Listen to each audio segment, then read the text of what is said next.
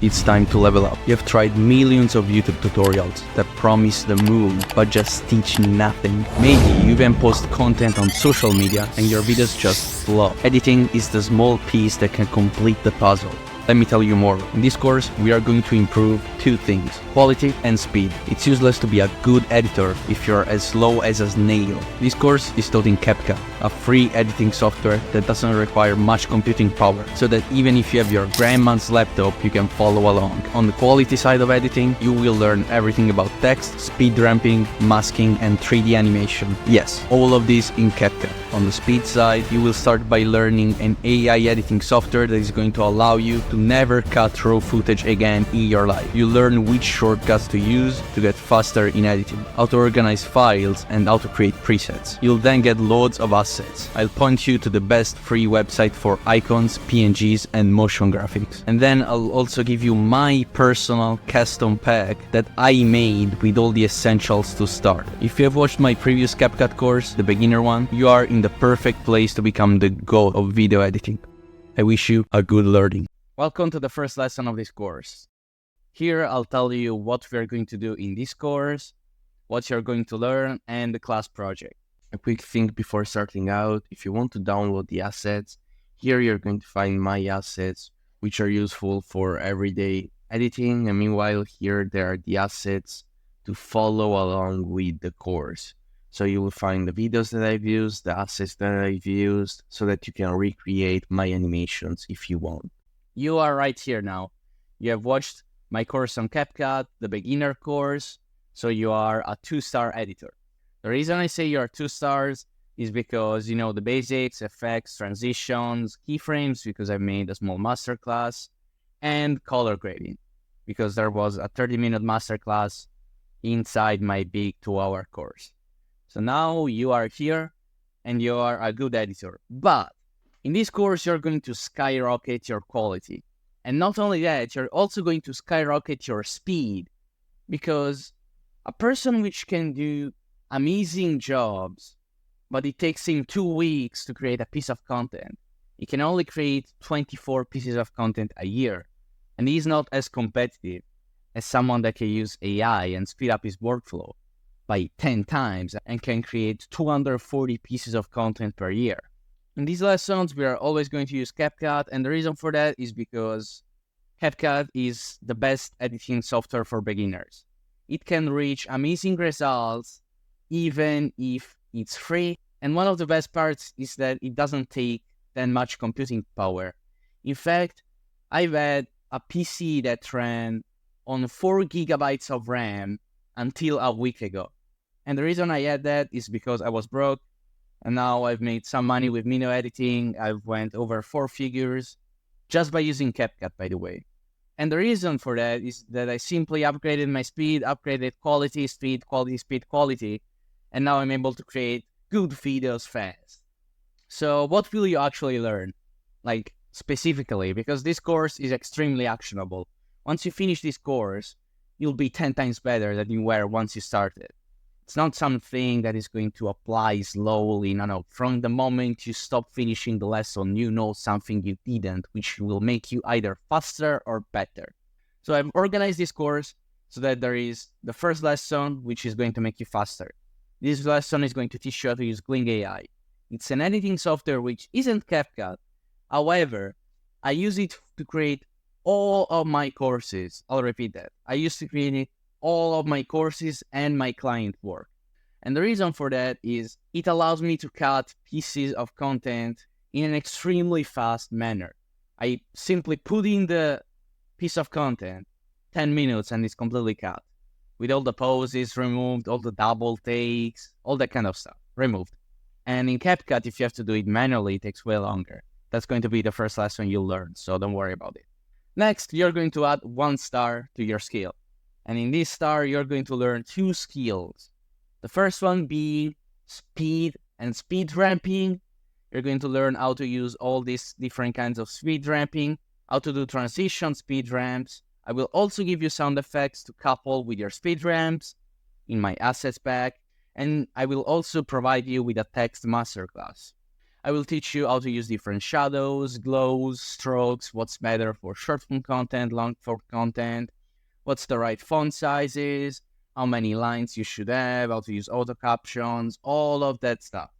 You're going to become a monster at text in CapCut. Then we're going to go on to another speed lessons, and this is going to be a more miscellaneous lessons, which include some skills which are necessary if you want to speed up, which are shortcuts mastery, presets, so how to create presets that you can use, especially for text. For example, I'm a freelancer and I have 3 to 4 different clients that want 3 to 4 different texts with different colors and all that stuff. So what I do is I create a preset the first time that I make a video for them, and then I just copy and paste that preset on all of the next videos so that I can be 10 times faster than recreating the text every time. And then I will also talk on how to create file organization and how to create folders within CapCut. And then we will move on to adding your 4-star to your skill, which is going to be masking. You do not know how powerful masking is. We're going to couple masking with keyframes, and we're going to be creating amazing results with horizontal masking, mirror masking, circle and rectangle masking especially. We're not going to use art and star much. We're going to use keyframes with these to create some really, really good effects. We're going to use feather. We're going to be creating effects with graphics. It's going to be great. And then we have the best website for assets.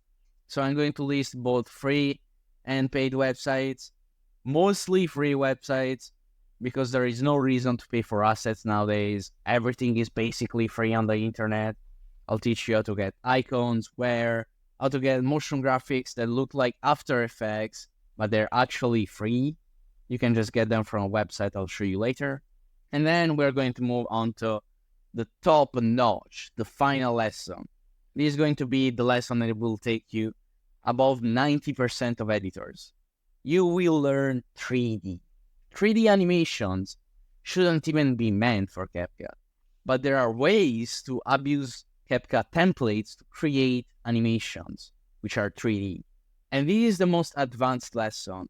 So I highly, highly suggest you not to skip to this lesson just because, oh, I want to learn 3D. No. I advise you to follow the course step by step so you will gradually improve. And once you get to 3D, you will be faster and you will be able to create 3D animations which are crazy good. So I know you're excited right now, but you are right here.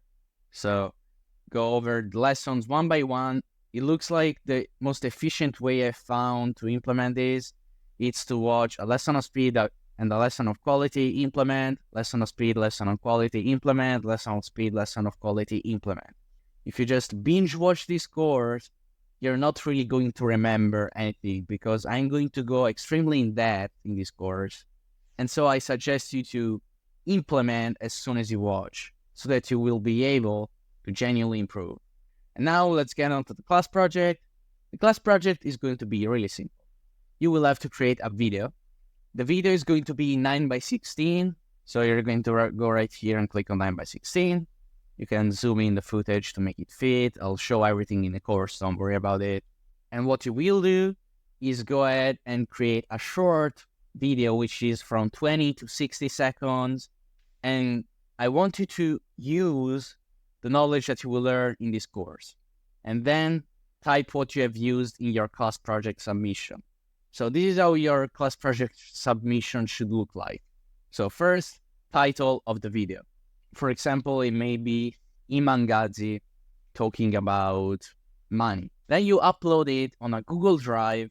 You click right here on More Actions, Share, and then you click anyone with the link, you copy it, and you will paste it in your submission. Once you have done this, you're going to go ahead and add a small description of what you have learned and used in the video. So for example, I have used auto caption and added shadow and glow. So just follow those 3 steps for the class project: name, link, and description of what you have done. And I'll provide you feedback and probably tell you that you have done a good job, because this course is going to be extremely in-depth and I'm sure you'll learn a lot out of it. I'll see you in the Gling lesson, and I wish you a good learning. Welcome to the first lesson. We are now on Gling. A quick introduction about the app. The app is available on the internet. You can download it for free. You can search it up at gling.ai, and you will get a free trial of one video. And if you like it, you can pay $15 a month to use this app. I've personally used this once, and it has saved me around 1 hour of work just from one video. So I've decided to keep it, and now I renew every month. I do not have an affiliate link. I'm literally telling you, this app is crazy. I use this for all of my courses. You just basically drop in your course and it just automatically cuts it. So I can just add some subtitles in CapCut and I'm good to go. And I also use it for the A-roll, which is the main footage of the videos I edit. The app is pretty simple to use. You just click here. And as you can see, there is right here how to market your Udemy course. This is the video that we will edit. This is a 15-minute video, as you can see, almost 16. And I'll go ahead and type cut silences and bad takes. They're both going to be able to be uncut later in the editor, so don't worry about that. I'll go ahead and hit continue. And as you can see now, it's preparing the file. It's going to upload it really quickly and it's going to do the job. We are right now in the interface. So I'll quickly explain how does this work. The first thing that I'll do is go ahead and name my project because otherwise it will get lost. So once I've named my project, if I go ahead and click on files, you can see the file that we have uploaded and I can add more if I forgot them. Anyway, let's go back to the script. First thing we need to talk about is here we have the full script transcripted. So if I want to export these as subtitles, I can go ahead and click on export and export in a subtitles way. Now here you can clearly see the script and the player panel, and here there is the timeline. So how does this work? So there are three types of clip. The first one is gray, which means that has been cut because it was a bad take. The gray with this little symbol here means it was a silence. So if I go ahead and play it, this is going to be a bad take. Okay, let's do it one more time, final time. As you can see, it was a bad take and this is a silence. Perfect. And this one that is not gray and there are the audio waves that are visible, it's simply the video, which is good to be exported. So now that we know this, let's go back to the start by clicking here. As you can see, we are back to the start. So this part has actually to be canceled as well because it's just saying, okay, cool. Cool. So let's go ahead and click backspace on the clip, or I can go ahead and highlight this, click backspace, or I can click right here on backspace. So now that I've done this, let's talk about these two functions here. The first one is going to enable or disable the cuts. As you can see right now, there is no longer the gray part. This disappeared because it's not showing. Instead like this, it is showing. I suggest always to show and skip it. In this way, as you can see, it is going to skip directly to the part that has to be seen, but it is going to keep showing the cuts because sometimes the AI gets it slightly wrong on the bad takes, and that's why I usually show the cuts. So right now we have this video. It starts from here and it's going to talk for a while. Before starting playing the video, I want to go ahead on and explore the last three features right here. The first one is just going to simply zoom in and out of the timeline. It's that easy. And then we have the blade, which is going to allow you to cut the footage even further. I don't usually use this, but you can use it if sometimes you need it. I just don't find it pretty useful. And then there is padding. Padding is a really important feature which allows you to make the cuts longer. Let me explain.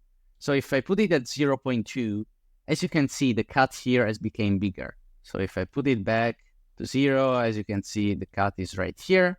And if I do this, it becomes a bit longer. And the reason this is important is because sometimes the cut is too rough if you leave this on 0. So by doing so, you can have a bit more of space to play in the audio. And the last feature I'm going to tell you before getting into actual action is this one, which allows you to unlink the start and end. However, I don't really find it useful. So let's go back to 0.2, which is where I usually put my padding. And as you can see, if I put it on 0, the length is a bit less than if I put it on 0.2 because I've added more footage effectively. So now let's go ahead and play this video.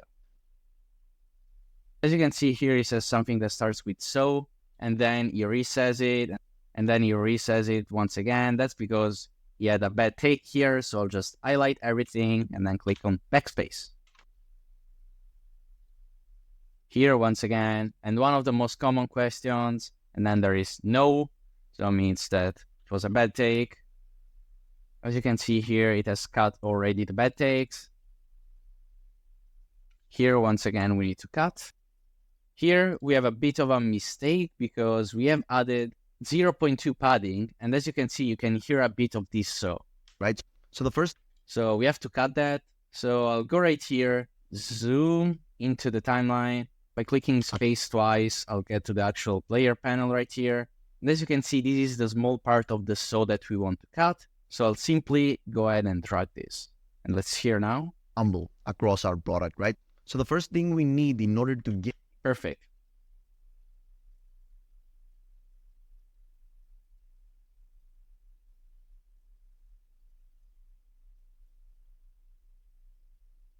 Thank you very much. We'll see you in the next video. We now completed the ARL editing with Glee, so let's go ahead and export. To export, I'll simply click on export, and now we have multiple options. Now, if you do not use CapCut and you use one of these three editing softwares, you can go ahead and simply export the timeline directly so that you will have all the cuts done on your timeline. If you do not have one of those three softwares and use CapCut like me, you can simply go ahead and export it as a video. And once you click it, you can choose the location, you check the name, and now as you can see on top, it is currently exporting it. So I'll now wait for it to export, and I'll see you in the next lesson where we will start improving the quality of your content. We will start by talking about speed ramping and text. So I can't wait to see you there, where I'm going to help you make some serious improvements in your editing. So I wish you a good learning. Welcome to this lesson on text and speed ramping. This lesson is going to be divided in two parts. So we will start with this text masterclass. I will explain you everything, and then we'll go on to speed ramping. So without wasting any more time, I've imported 8 videos, of which we will copy the subtitle style so that you can understand how to practically recreate subtitles of famous YouTubers or Reels creator. I suggest you to customize your own, especially if you're creating a personal brand or something like that. I've made the player panel bigger so that you can clearly see the subtitles. We don't need to work much on the timeline anyway. So let's go ahead and import a text right now. We'll import this text and let's recreate this text, a personal brand. So how do we go about this? There are multiple small things if you want to recreate perfectly that text. I will start by making the text interface bigger so that you can better see all of the functions. So here is the font and spacing tab of the text. As you can see, there is font size, if you want it bold, underlined, and in italic. And then you can choose if you want it all uppercase, lowercase, or only the first letter of each word uppercase. Then you can choose the colors. Keep in mind, a quick thing is that you can highlight small parts of the text and make them of a different color so that you can have a text with multiple colors. If you get this little glitch where the text is still highlighted in aqua, you can just simply re-highlight and this highlight everything and it's going to go away. Regardless, don't worry. Once you export, it's not going to be shown. Then you can choose the alignment on the text box. So as you can see, if I have something like this, I can align it to the left, to the right, to the middle. I can make it horizontal centered, and all of this stuff. But I would never use these three. I would rather go on the transform part of the text where you can choose the position, as you can see, and you can choose the rotation of the text. And if you put it to 90 degrees, you have the same effect you had earlier. You can also keyframe everything. So you can keyframe the scale, go forward in time, and make it bigger. And as you can see, this is the effect that it's going to create. The text is going to zoom in because we have put 2 keyframes. I'll go ahead and remove them. And then we have the customization tabs with the opacity. And then there are 5 customization options, such as the border, the background, the glow, the shadow and the curve, but I'll show them in a second because we're going to recreate a lot of stuff.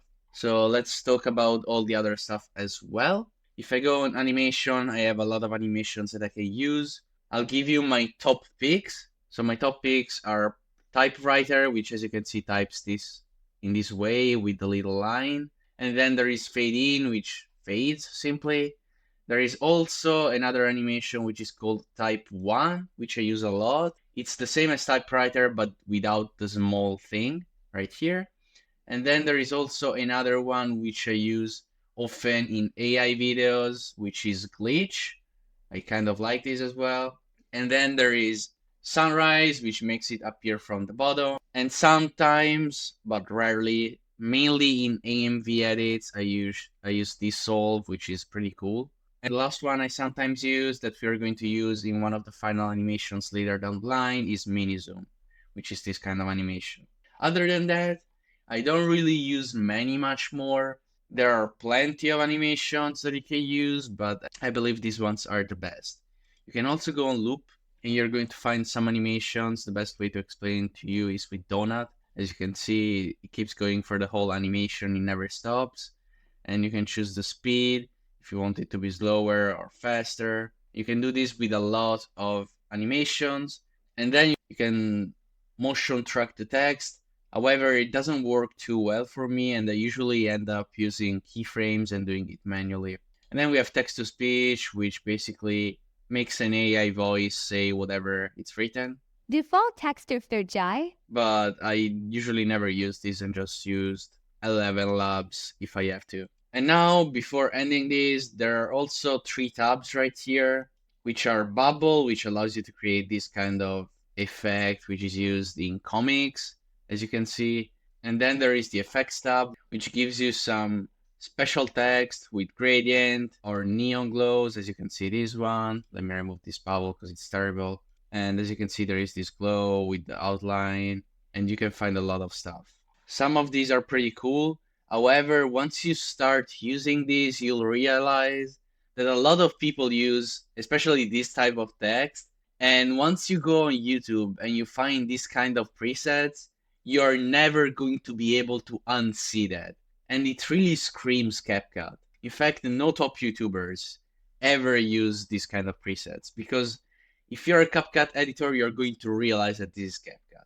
And you usually do not want people to know that it's CapCut if you're trying to edit videos because you want to try and imitate in Adobe style. Because let's be honest, people actually don't like CapCut editors to work for them. They'd rather have Premiere Pro because they think they're better. They have stereotypes. So I don't suggest to use effects. I used to, and now I don't use them anymore. So let's go ahead and recreate this text from Alex Hormozi. So I'll go ahead and use, first things first, a background because that's what he has. He has a black background. Then I will also make it one line because that's what he has. I will reduce the scale, as you can see. Let's go ahead and disable this to check.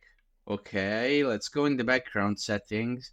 Let's do this thing right here, which is going to cut to the end of the word and then re-implement a bit of height and width. And now I think we're getting somewhere. So as you can see right now, we are almost at the text that we have here. However, it doesn't use rounded rectangles. So I'll remove this. We should make it even smaller. So I'll go ahead and reduce the font size. And I think we are better now. I'll write whatever he has typed as a fluke. It's definitely bold. He uses another font. It might be Montserrat. I think it actually is. I'll make it a bit bigger, a bit less. I think this is actually it. He has spaced like this. And I think if we zoom in, we have a really similar text now. So the background is a bit bigger, as you can see. It goes a bit more to the right. So I'll make the width a bit more. I'll move it a bit to the left. Everything like this. And I think we are basically there. Now what we need to do is go ahead and make this yellow. So we could choose a yellow and try and get a yellow that we like and try and search it up. However, if you want to straight up copy this, you can use the pen tool, bam, and you have the yellow you wanted. So now we'll go highlight everything once again so that the glitches appears. And as you can see, we now have the perfect text, which was done by Alex Hormozzi. It's literally the same. This one is a bit more pixelated because I have downloaded it in 180p or maybe even 720, I'm not sure, but this is the perfect text. So now let's go over the second type of text that we have. So I'll go drag another text, make it bigger. There we go. So what do we have this time? This time we have white text, all uppercase. We have to write so many things. Uppercase. We have a bit of a black stroke. It's slick. Perfect. And then we have a background which is yellow color. This. And then we have the rounded rectangle. We have it at 30%. Let's look at it. I think it's like this actually. So I'll make it actually Montserrat because that's the font that is being used, and I'll make it's a bit smaller, and I think we're actually there already. We just need to make it a bit smaller on the height, and I think we are there. Yes, this is basically the same. I think there might be a bit of dark glow. So to do that, I'll go on glow.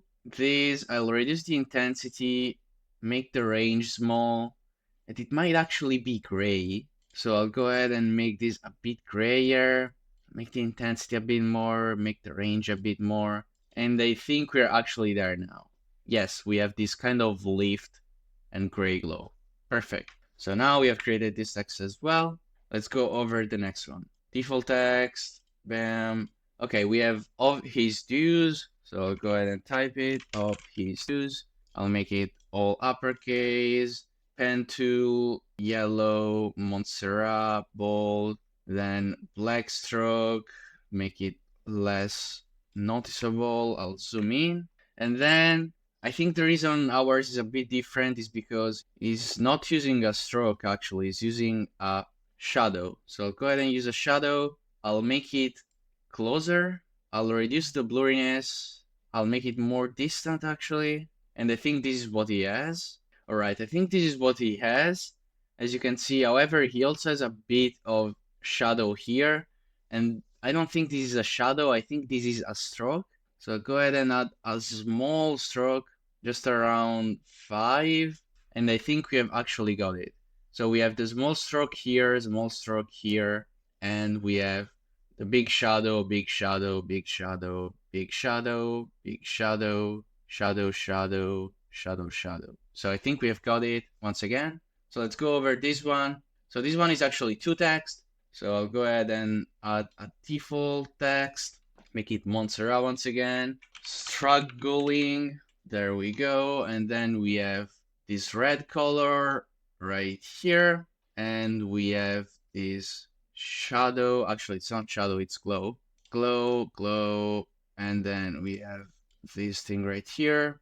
However, there is this small glitch which makes the red from the text less clear. So to avoid that, I will go ahead and copy and paste the text.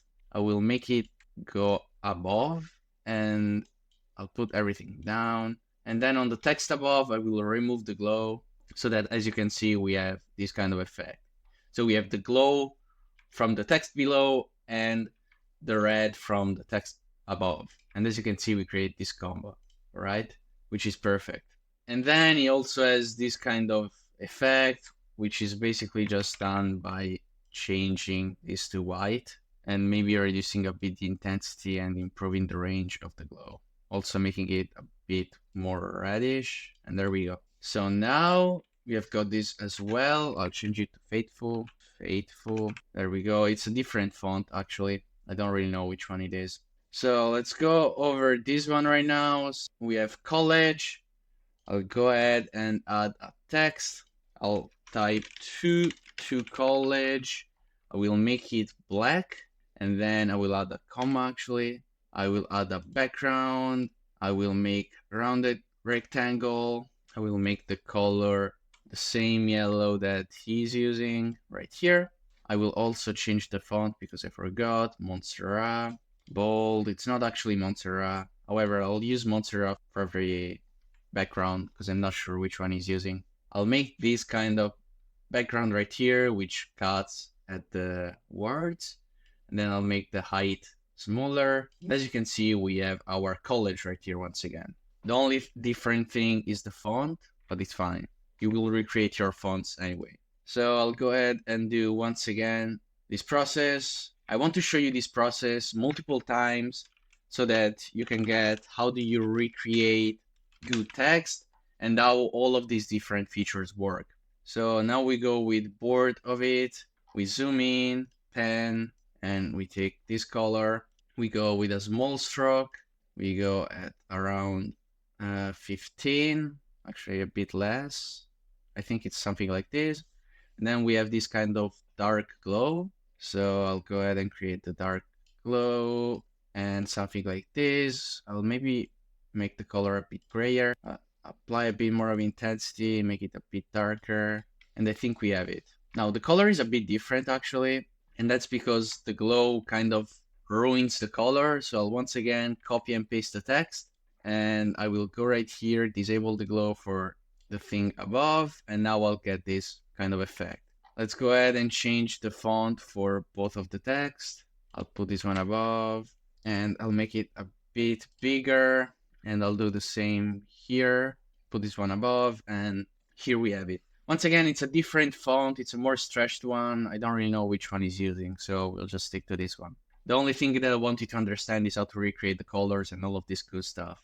To get what font he's using, you can simply Google it and you'll probably find the answer. So here we have a clip from him talking about Kobe. So I'll add a text and then I will go ahead and choose the color right here. I will go ahead and use Montserrat, even though it's once again this stretched font. I'll type of losing, and then I will go ahead and click on Ctrl C, Ctrl V so that I copy the text. I will go on the one below, add a glow, which is here, and then I'll reduce the intensity, increase the range, improve the intensity, improve the range, and this is how it looks like, which is once again basically what he has created, as you can see. And then let's go ahead and recreate this style, which is completely different from a Vosen video. He uses this really small text in the middle of the frame. So the first thing that I'll do is go ahead and resize. I actually know the font. It's called Sincel.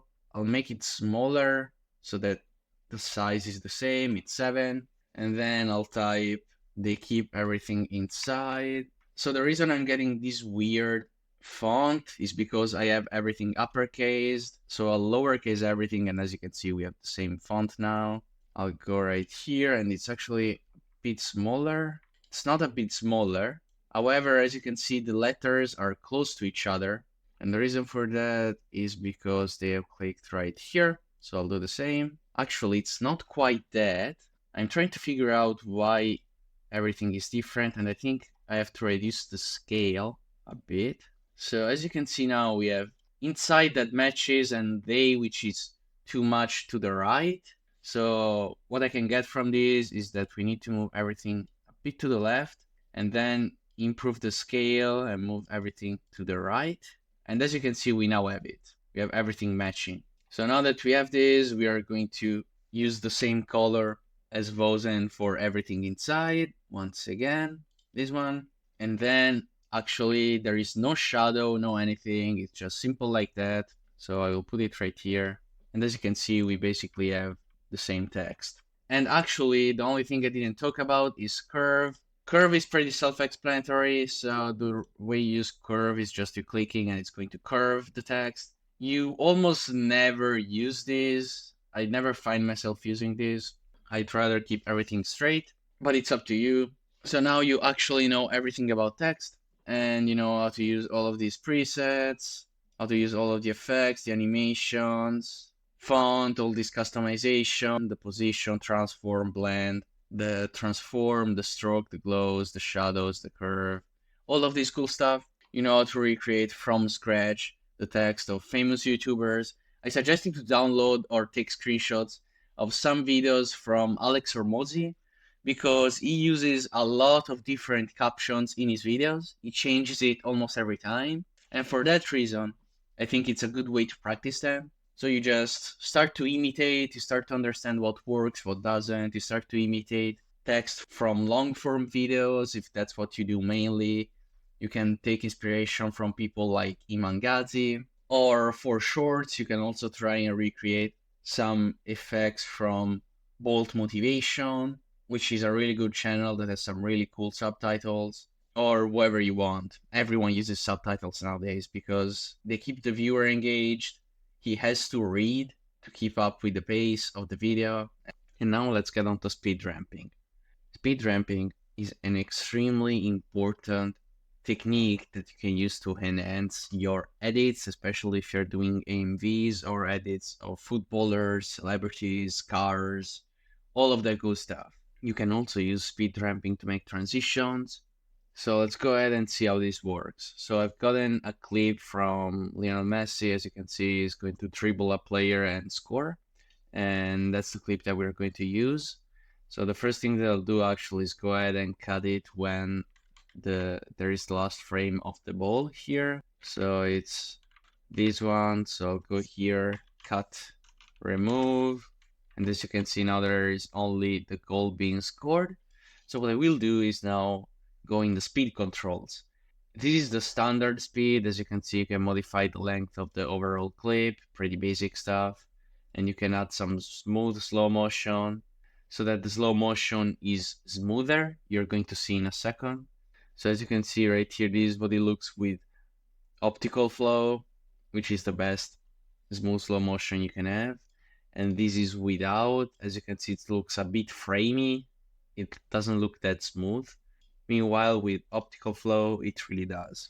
The edges are more rounded. As you can see, for example, right here, there is this kind of circle around the end of Messi. I'm going to try and zoom in. You can't see too much, but there is a small blurry part, and that's what optical flow does. It's small blurry stuff. So now that we understand how optical flow works, okay, let's go ahead and go on curve. This is where we are going to use our speed ramping techniques. There is the custom feature to create custom, as you can see, speed ramps. And I will go ahead and, for example, show you with a custom one what happens. So in this case, it's going to go fast, then slow, and then fast once again. Let's look at it once again. Fast, slow, and fast again. You can also check it right here. It slows down and goes fast again. And then there is, for example, the montage, which is building up fast and then slow and normal, as you can see, which is pretty cool. I'll replay it once again. So it goes fast and then it shoots and it's slow motion. And you can use, again, optical flow to make it better. And then we have the hero time and the bullet time. These ones are similar. As you can see, you go fast, slow, and fast again. And it's basically the same with bullet. Only difference is that here it starts fast and here it starts at normal speed and builds up. So yeah, this is it. And then there is the jump cut, which basically makes everything move slow and then it's fast and slow again. And then there is flashing, which is used with flash out to create transitions. So if I wanted to create a transition with another clip, let's say this one, even though it's the same one, I do flash out on the first one, flash in the second one, and I would have this kind of transition, which doesn't look good, of course, because this is the exact same clip. But as you can see, this is what happened. So it would go fast and then fast in the second part and then slow. It works really well with car edits and all of that cool stuff. But now let's get on to creating something actually cool on this track right here. So what I want to do is make sure that video starts right here and is going forward and then is facing a guy and we don't know if he's going to pass him or not. He might lose the 1v1 and therefore we're going to slow down the footage right here and then we're going to zoom faster as he dribbles him, and as soon as he scores right here, it's going to slow down again. So it might have sounded a bit complicated. Let's just go ahead and do this so that you can see.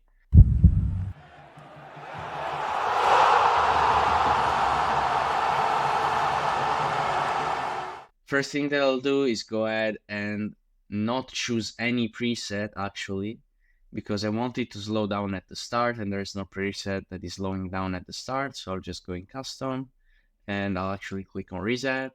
I'll go right here, slow, and I'll search for a point where it still has to dribble on the player panel. As you can see right here, it still has to dribble. I'll go below and let's see how this looks. So we have him slow and then he dribbles and it's fast. However, let's go ahead and do this. So it's completely slow. So it's slow and right here.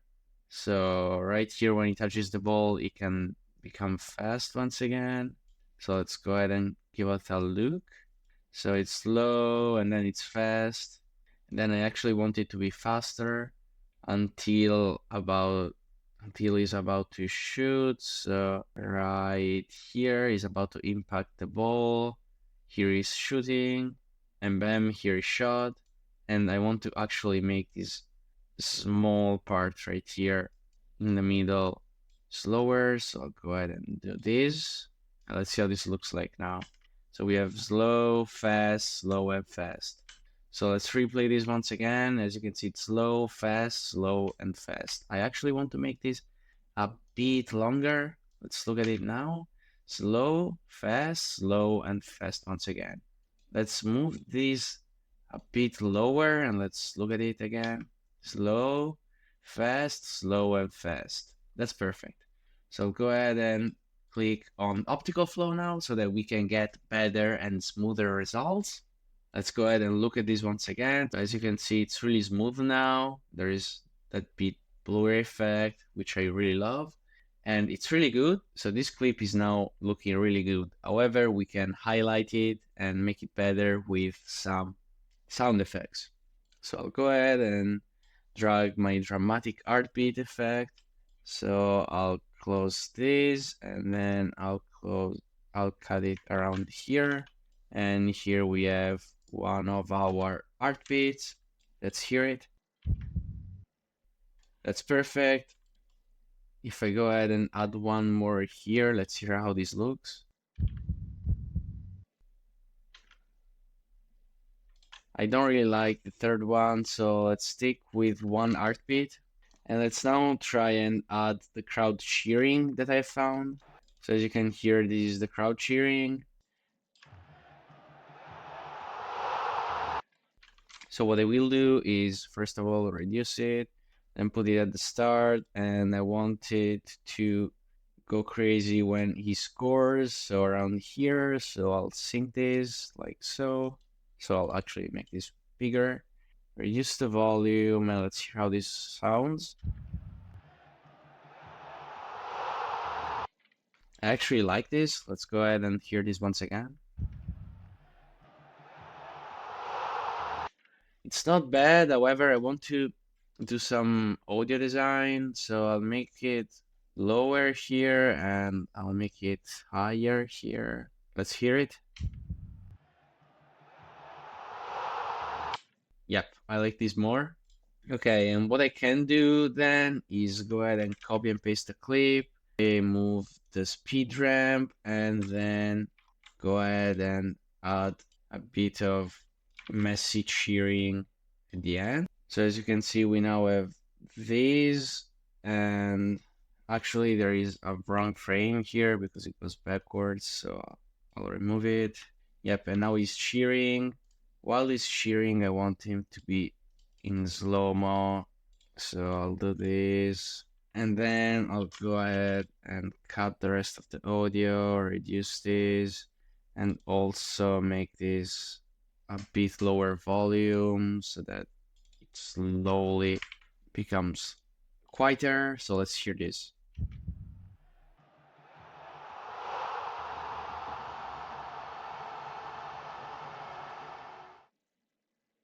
And now we have our clip with the speed ramp, and as you can see, we have Messi cheering with his teammates.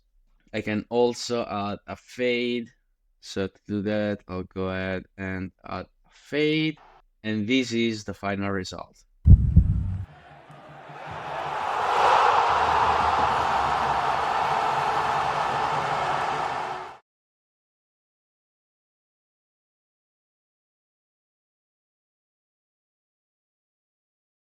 I will now show you how I use shortcuts, presets, and file organization to speed up my workflow. So these are the lessons that you have just seen in the course before. And as you can see, this is how I actually record my courses and how I edit them. So right now, I do not edit my courses like this. I usually edit them with Kling. But as you can see, I have 30 minutes of footage, and this is only the text part of the text masterclass that you have just watched. And this is going to be around 13, 15 minutes of footage once it is edited with Kling. Regardless, I will show how I would cut this footage if I did not have Kling. And this is how I usually edit my A-rolls for my client. And this is how I use my shortcuts to get faster when I edit. So you're going to see all the shortcuts right here, as I usually do. You're going to see Control B, Control C every time I use them. So here's how I will go about it. So I usually put my main recording in the timeline, and then I make sure that the track magnet is on.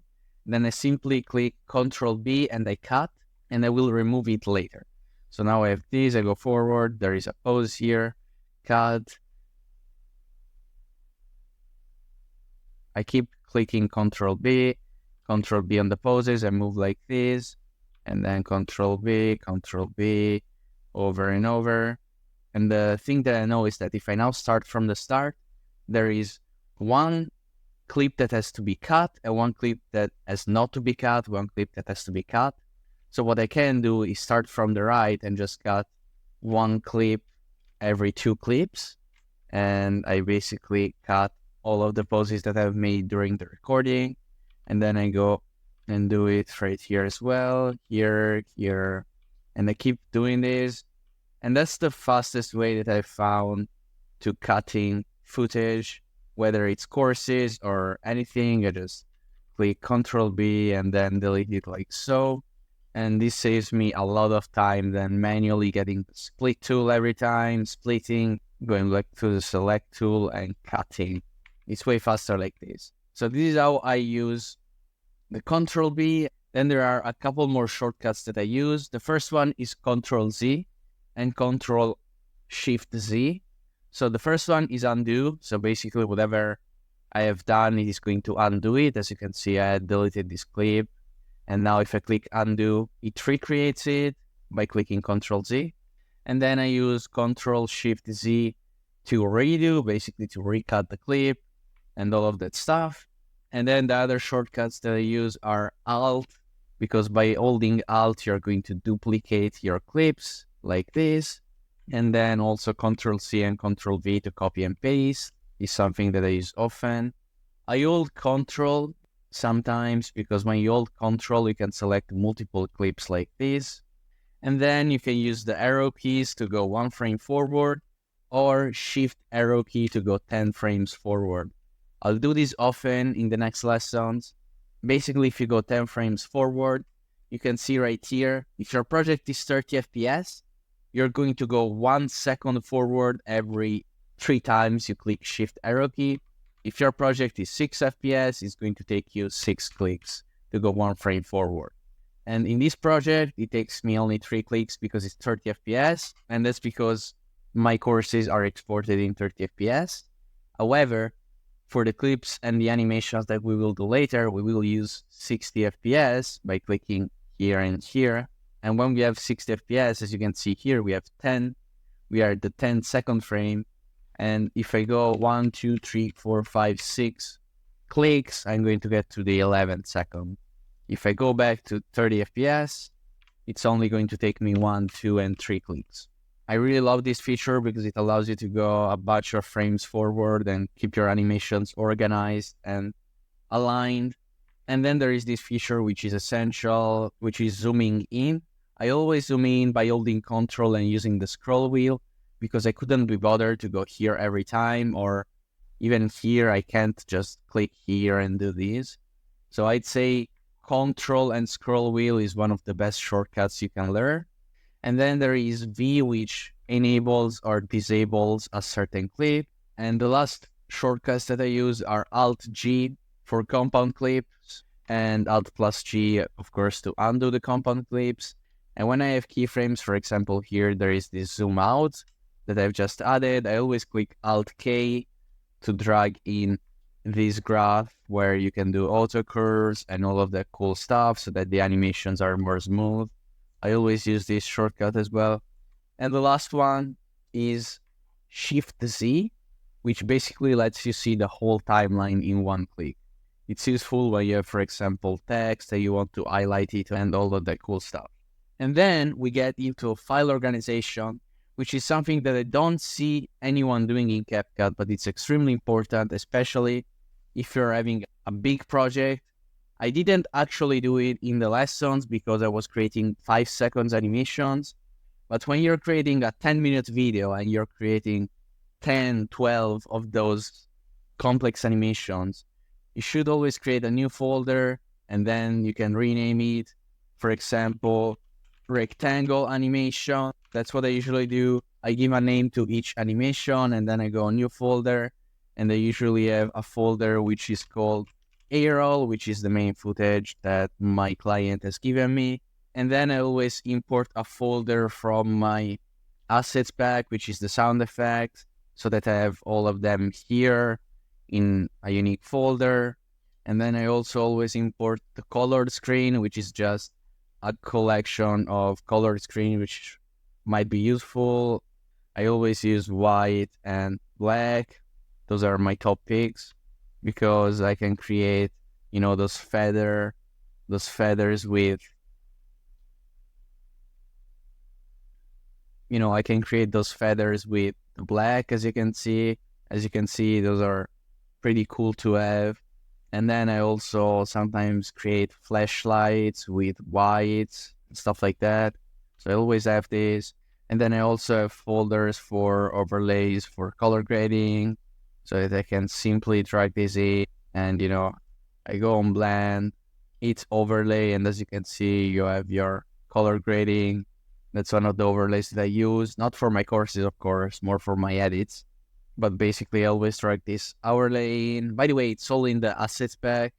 It's completely free. It's a Google Drive link. You can download everything. And then I always drag in also a music folder. So for each of my clients, I always have a compilation of the music, of the songs that I usually use. And they're really cool to have because you don't need to always research them, but if you're creating a short, you can just drag one in and boom, you're done. And then I also have folders for backgrounds for my clients. For example, there is a client of mine that wants this kind of pastel backgrounds, as you can see. These are the ones that she likes the most. And so I've just made compilations that I can use them and switching them between videos, and they don't have to research them every time. So that's how I usually go about folder organization. I have my A-roll, sound effects, music, overlays for color grading, some color screens that I usually use, the backgrounds, and some animations if I have some templated stuff that I want to import. And then I just go ahead and edit the videos. And the last thing that I use is, if I go on text, I have a lot of presets in my main space. And as you can see, I have a lot of presets. For example, this one is the preset that I used to have in my reels. As you can see, there is a shadow, and the text is really big because this text was used for 9x16 videos, which, as you can see, it's decent size for them. So I'll go back to 16:9. And as you can see, it always keeps my font size, my opacity, and the only thing that always glitches with presets, always, it's the blurriness of the shadow, which is too blurry. It somehow always goes at 198%. Even if I import another preset, let's say, for example, this one, intro video, if I go ahead and drop this and it has a shadow, it's going to be 198. It always glitches. I don't know why. You can simply change it by just changing it to 33, which is what it usually is, and you're good. And to create presets, you should always go on default text and you customize the text as you want. You create the text that you like. So for example, let's say that I'm creating a text like this, and then I add a bit of glow. This is not a bad text, I And I'll block it. I'll add a bit of a shadow, make it pretty subtle. And then I can simply click here, save as a preset, and I'll save it to the space that I want. And then I'll click OK. And as you can see, you have your preset right here. If it doesn't work, it means that you should log in. Keep in mind that here you're going to have written Join Pro, but you can simply click and it's going to bring you to a Google page. Just click login. You log in with your Google account. It takes 2 seconds. And then it's going to ask you, do you want to join Pro? And you just say no, and you're logged in forever. You don't need to pay anything. And then also another thing that it's really cool to do, presets is adjustment layers. So you go right here, create an adjustment layer for color grading. Let's remove this text. And I'll go ahead and, for example, let's say I want to make everything a bit more saturation and a bit colder and a bit brighter. And I'll add a bit of contrast. So this is how it looks like. Let's say I like this. What I will go ahead and do is save as a preset so that I can always reuse it, and I can call it color grading course preset, and I can save it to my space. And if I go on presets, I will have 2 presets which are created by default from CapCut, and then I will have my preset, which is this one, as you can see. And you can create different kind of presets. So for example, this one is a bit without saturation. As you can see, it's lacking saturation and with a lot of yellow temperature. And this one is more black and white. It's more bright, so it probably is going to have brightness and less contrast. You can tweak them if you want. However, I just created my own and reuse it every time. And this is it when it comes to presets and all that cool stuff. So I wish you an amazing learning. Let's talk about masking. This is not going to be an easy lesson.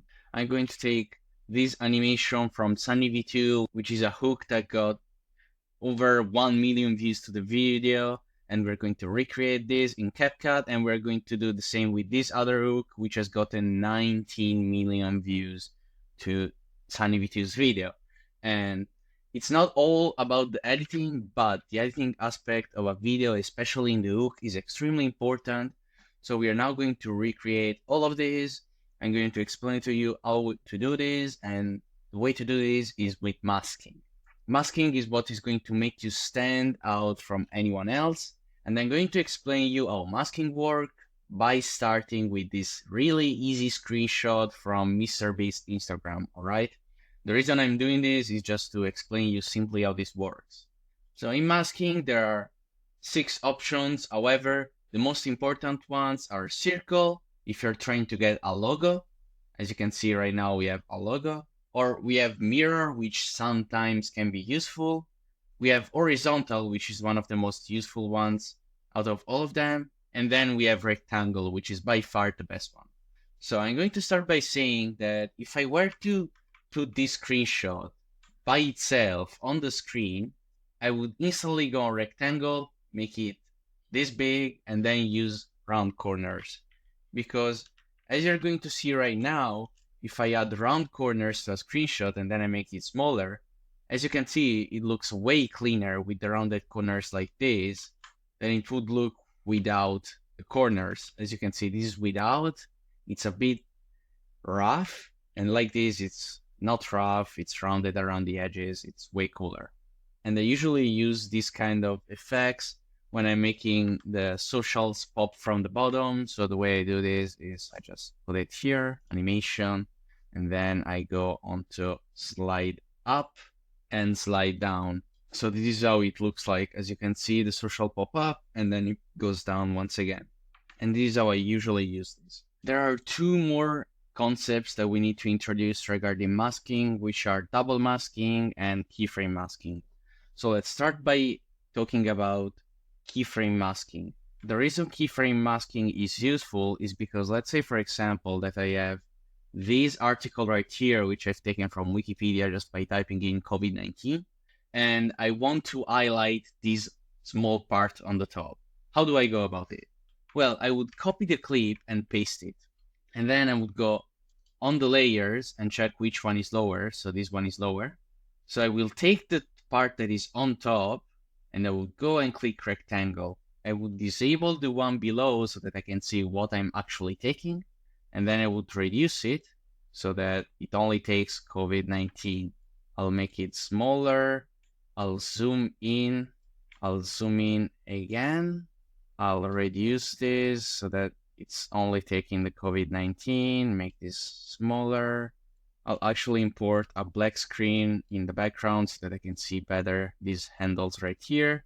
And now I have COVID-19 perfectly centered. So if I enable this once again, as you can see, we have this. And if I disable, I have the COVID-19 only. So let's say I want to highlight COVID-19. I could do it in two ways. So the first one, the more unprofessional way, is to reduce the brightness on the background. And you reduce the contrast, you reduce the highlight, and as you can see, it pops, all right? But that's not good enough. The other way to do it, so that I don't simply reduce the color grading, is by doing it gradually with keyframes. So I will go ahead and disable the bottom one. I'll go ahead and enable the first clip so that there is only the COVID-19, all right? Now we'll go on basic, and let's say that right here in this exact point, that's where the voice is saying COVID-19, and they want the COVID-19 effect to just happen. I'll go ahead and click on position and scale, and then I'll go forward and click another keyframe right here where the voice is done saying COVID-19.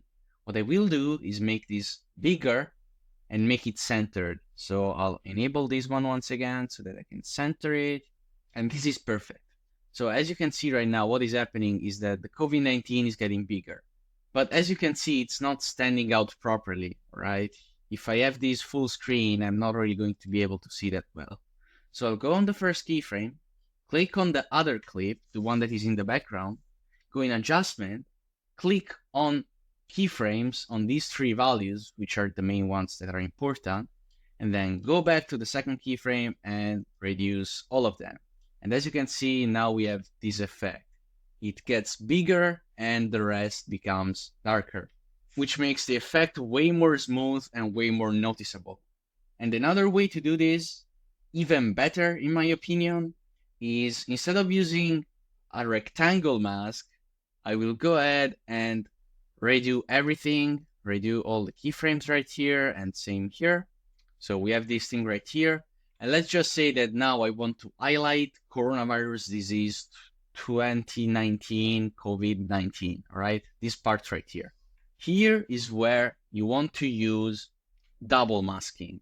So the first thing that I'll do is select an in point. Let's say that I want to make the effect start from here.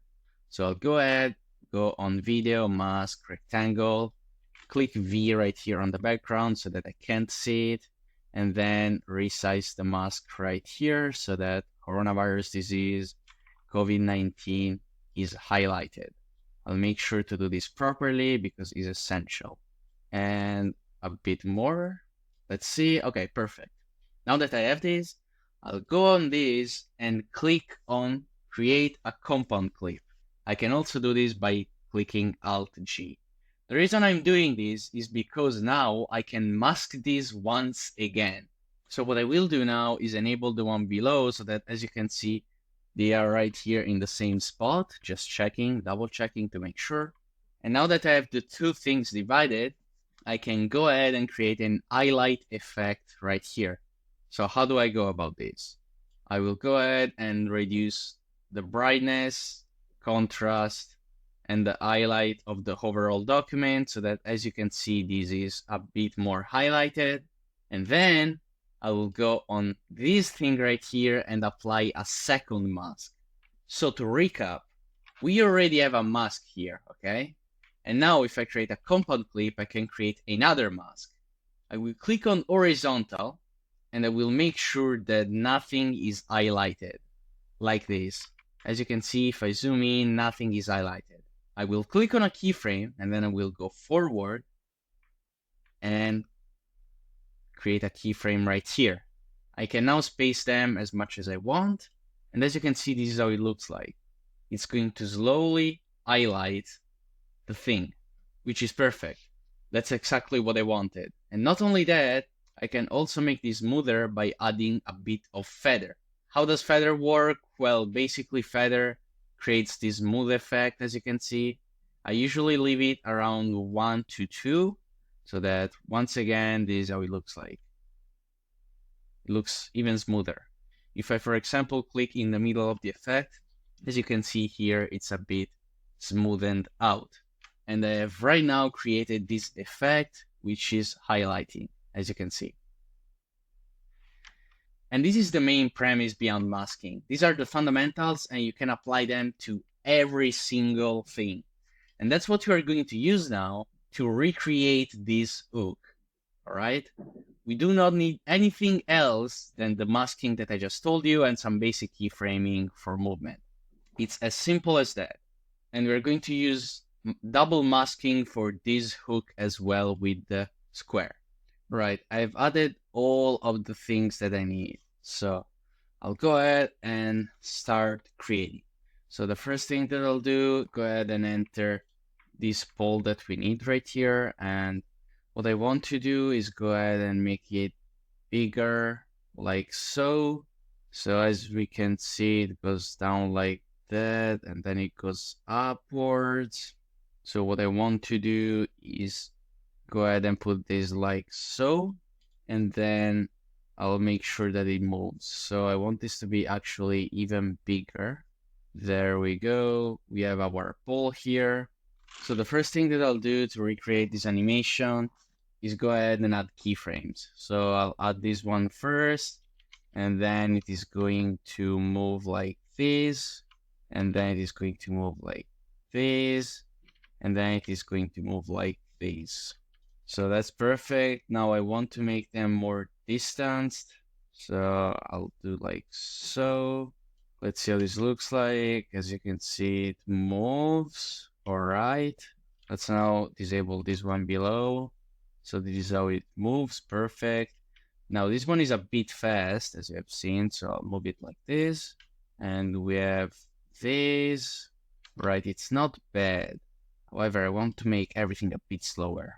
Let's look at it now. So it goes slow, fast, fast. So let's try and make this a bit faster. Let's look now. Fast, fast. And this one is too fast. This one right here. So I'll make this slower. Still too fast. Let's go for it one more time. And we have it now. Perfect. So let's look at it from the start one more time. And we are good. Now that you have keyframed the rope, we have to keyframe the pegs.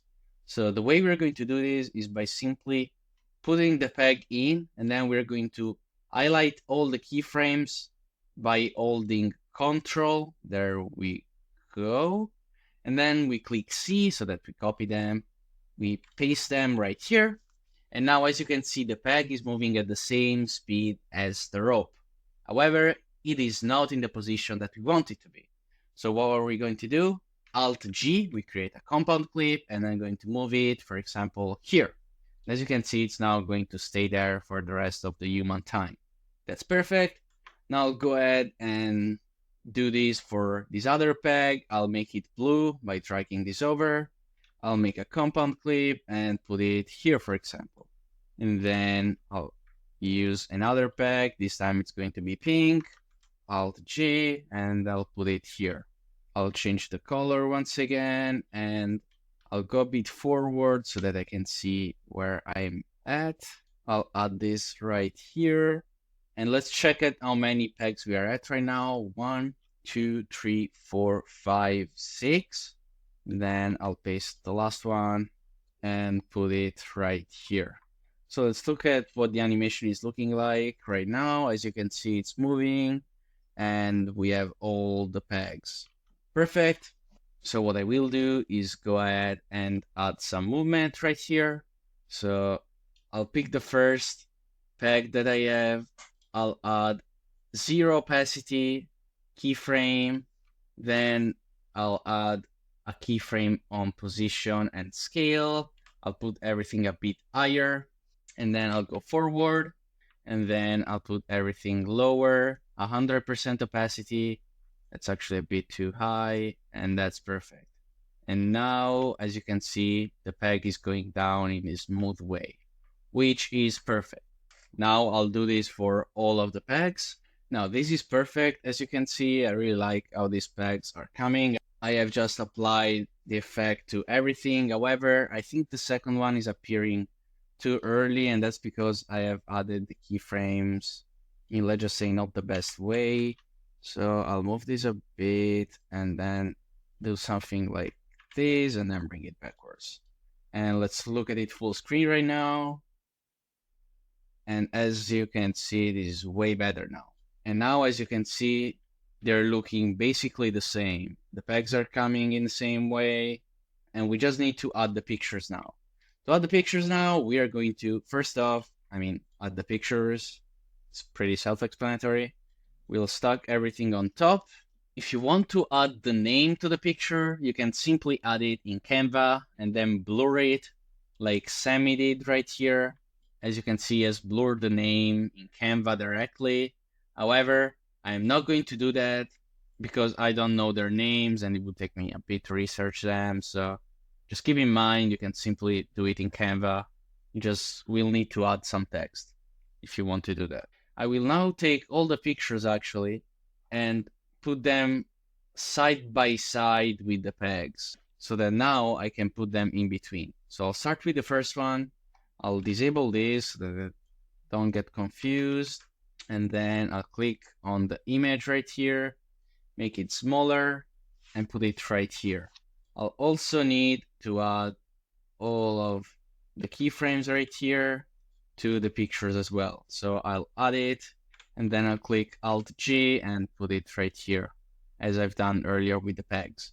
Now, a thing to keep in mind is that we will now need to create the animations that Sunny has used. So let's look first at the size that was used. It's actually a bit bigger. So I'll go ahead and make this a bit bigger. There we go. The animation that was used is pretty simple. It is simply pulling up. So I'll do that by adding some basic keyframes. But first, what I want to do is go ahead and make the peg go lower so that the image can get taken by the peg, as Sunny has done. And then I'll also add a bit of rotation for the first one. So I'll now go ahead and add some keyframes. So I'll put the image below, I'll reduce the opacity to 0, keyframe, and then I'll go on the final animation of the peg and add a keyframe here. So this is how it looks like, pretty good. I'll do this for the other peg as well. So here I have my image. I'll go ahead and copy all the keyframes by holding Ctrl. Once again, I hit C, I go at the start of the clip and I paste them. And now I'll click Alt G, and then I'll also make this a smaller side. So I now have this, I'll move it around here. So to create this image properly, I'll move this lower as I've done before. And then this one is high enough. So I'll now go at the start of the keyframe, go below keyframe, and then I'll go at the end of the keyframe and opacity to 100 and move it upwards. And now we'll start to see something like this. Actually, I think the movement is a bit too much. So I'll move it upwards already so that it doesn't move too much. I think it's perfect. So now I'll do it for all the other pegs. I'll show it once more and then I won't bore you anymore.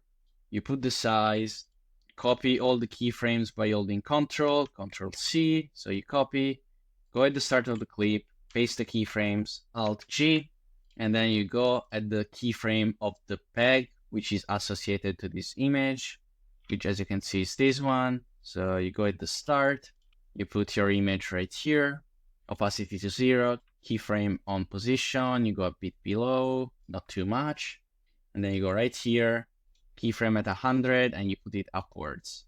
Now, as you can see, it's not centered, so what I will do is move it a bit to the left. I'll copy the X and paste it right here. And I'll also move the peg lower because I want it to be on the image. And actually, I'll also put it more to the right side. So to do that, I'll go ahead and hit something like 1000. It's a bit too much. 1040, perfectly in the middle. So I'll Control C, go back and add it here as well.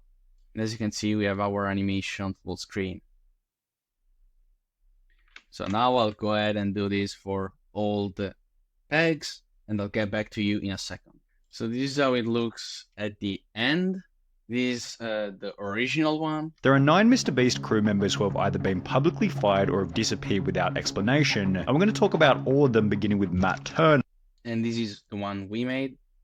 There are 9 Mr. Beast crew members who have either been publicly fired or have disappeared without explanation, and we're going to talk about all of them beginning with Matt Turner. Which is actually impressive for CapCut. Now, I haven't included all 9 because they weren't fitting. I should have made the rope bigger. But you got the point on how to make these complex animations thanks to keyframe, compound clips, which are extremely helpful. How to get assets on Canva, you're going to do that in the next lesson. And now let's go over deconstructing the other viral hook, which uses mostly masks. This is how the hook looks like. Remember when this is what it meant to complete a Minecraft speedrun. No Ender Dragon, no pearls, no portals, no pigmen. There weren't even any weapons required.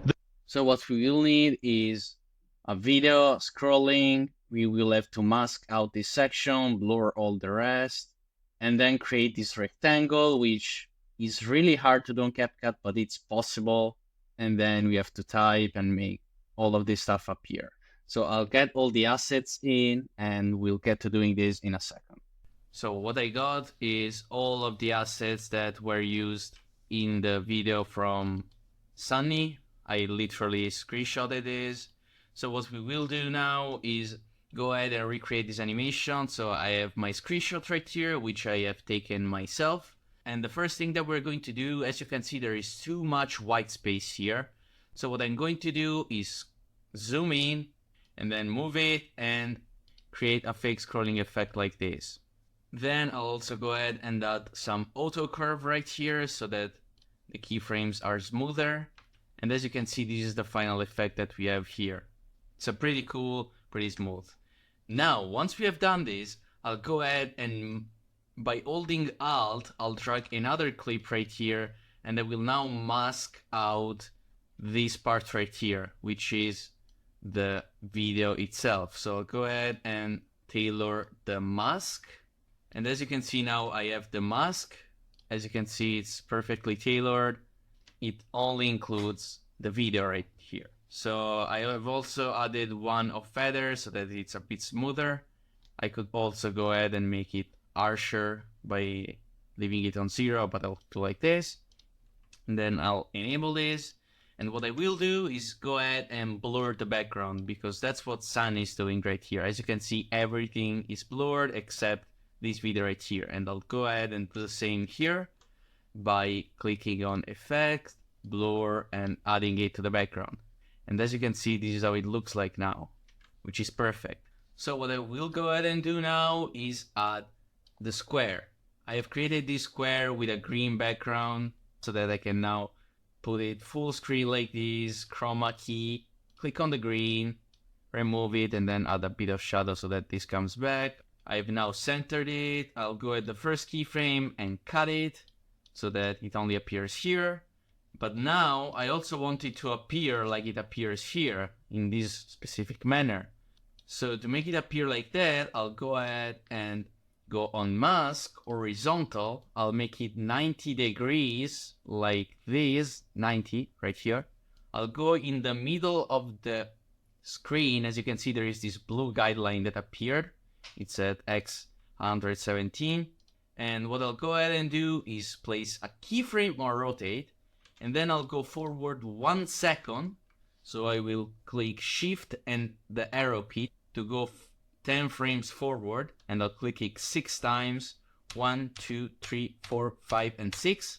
And now I've gone 1 second forward. I'll go ahead and hit another keyframe. And this time I'll go on 270 on rotate. So this is what we can see now. There is this movement right here. Now to clean this up, I'll remove these so that there is this still frame that you can see in the background. I'll export it, and then I'll re-import it and add it right here. And then I will go at the last keyframe right here and trim it, and then click on horizontal and 90 degrees.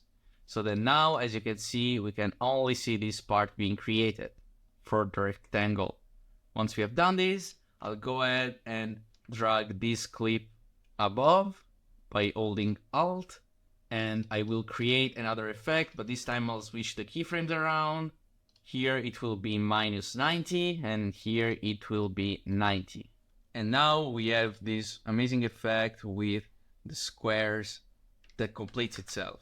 So what do we need later? Let's disable everything and check what we have. Remember when this is what it meant to complete a Minecraft speedrun. So here's where everything should end. No Ender Dragon, no pearls, no portals, no pigmen. There weren't even any weapons. So from this exact moment, the central parts of the screenshot start to fade. So we're going to go ahead and create that effect now. So from right here, I'll go ahead and import a white screen, disable these, and re-enable this part. And the reason I'm importing a white screen is because the background is white. So what I will do now is go ahead and create this and make this big. And then I'll go ahead on mask and create a mirror mask. So I will go ahead and make this as big unless it interferes with the part below, which actually it does. So I'll zoom in to check. This should be perfect now. All right. Now I actually changed my mind. I want a rectangle because I don't want the edges to interfere. So I'll go with this. And now we have our effect here. Perfect. Now what I will do is add a fade in with animation. So I'll add a fade in. And this is the effect that happens. And I will copy this, paste this. And then I will also use it for this other part right here. I will make sure that I'm doing it precisely. I'm almost done, and there we go. Now, actually, I don't have these parts enabled yet. So I'll go ahead and enable them back to check if I have interfered with them. And I actually have here a bit. So what I will do is simply drag this over. So as you can see, this is what it looks like now. We have scrolling, the square, and then the fade. The only thing I don't like is that there is this little white part here, and that's because I haven't been too precise with the mask here. So I'll go ahead and fix this by doing like so, and this should be perfect now. Let's go ahead and watch it. Nope, there is a small line which is missing. Now it should be good. And yes, okay. So now we have that becoming white, as you can see. So now we have almost all of the animation done. Let's look at what we are missing. Minecraft speedrun. No Ender Dragon, no pearls, no portals, no pigmen. There weren't even any weapons. So we now need only the not required and all the PNGs, which is the easiest part of all. So we go right here where the not required appears. I will go on text, default. I will put it above everything so that it doesn't go below any layers. And I'll search for the animation called type in 1. Perfect, I just found it. No Ender Dragon. I've put it at 0.3 seconds, which is around the same pace. Run. No Ender. Perfect, I'll also add this. I'll change the font to a font that I really like. I always use the same font, which is Montserrat. I don't have the Minecraft font downloaded, but it's fine. You can download it if you really care. And I'll put it in black because our background is white. So I'll go ahead and re-enable our edit now. Remove his. So we now have our not required. I want to put it in the middle right here. That's perfect. And then all of the other PNGs should pop up. So I'll disable everything, I'll enable this edit, and I'll make sure to synchronize everything correctly. So we'll start with the Ender Dragon. I'll put it right here. So let's reduce its size, and then I'll put the Ender Portal, Ender Pearl, Diamond Sword, and Pigment. So I will now go ahead and re-enable everything once again. And actually, I need to extend all of this stuff until the end of the clip. Otherwise, it's going to end earlier. So I'll do this real quick. Perfect. And then I'll also cut this stuff. This one should be enabled and cut. And same goes for this stuff. All right, perfect. So now I'll place the Ender Dragon properly around here. I'll make it smaller. And then I'll do the same with the Ender Pearl, making it smaller and close to the Ender Dragon. I'll make actually this a bit smaller. Same here. I'll put it here. And then we have the portal, which is going to be smaller as well. And then we have the Pigman. And for the final part, we have Diamond Sword, which is here. It was also rotated a bit by Sunny. So we now have our 5 objects, and we just have to create the animations now. So I'll hit a keyframe on position and a keyframe on opacity.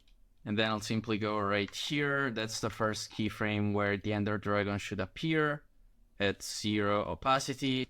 And then I'll go forward. And this is where the 100 opacity keyframe should go. I'll do the same for the Ender Pearl one. I have now placed all of the keyframes that I needed, so I'll go ahead and expand everything until the end and enable all the clips, disable the main one, and I should have everything here. So let's look at it from the start once again.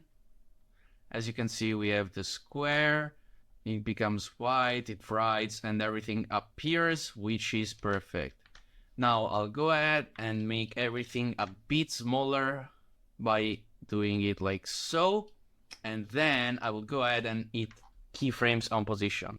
So first keyframe right here on position, then I'll go on the second keyframe and hit position once again, but first I want to move this to the right. So to move it to the right, I have to reduce this number.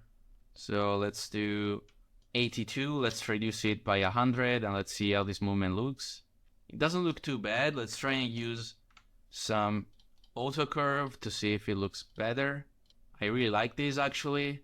However, I think it could be sleeker, so I'll try and put it at 132.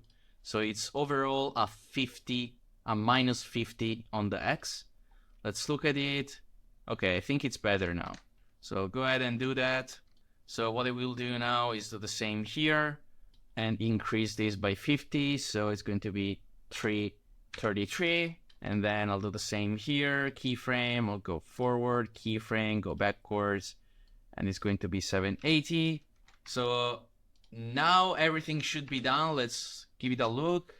So we have the square, it fades out, not required, and all of the stuff appears. This looks extremely good. However, let's give it one final shot with the audio from Sunny. Let's go ahead and watch it. Remember when this is what it meant to complete a Minecraft speedrun. No Ender Dragon, no pearls, no portals, no pigmen. There weren't even any weapons. I believe this is perfect. We have just recreated an insanely viral animation in CapCut. I have slightly changed the colors, but doesn't really matter. I'll show them side by side now, and I'll let you judge.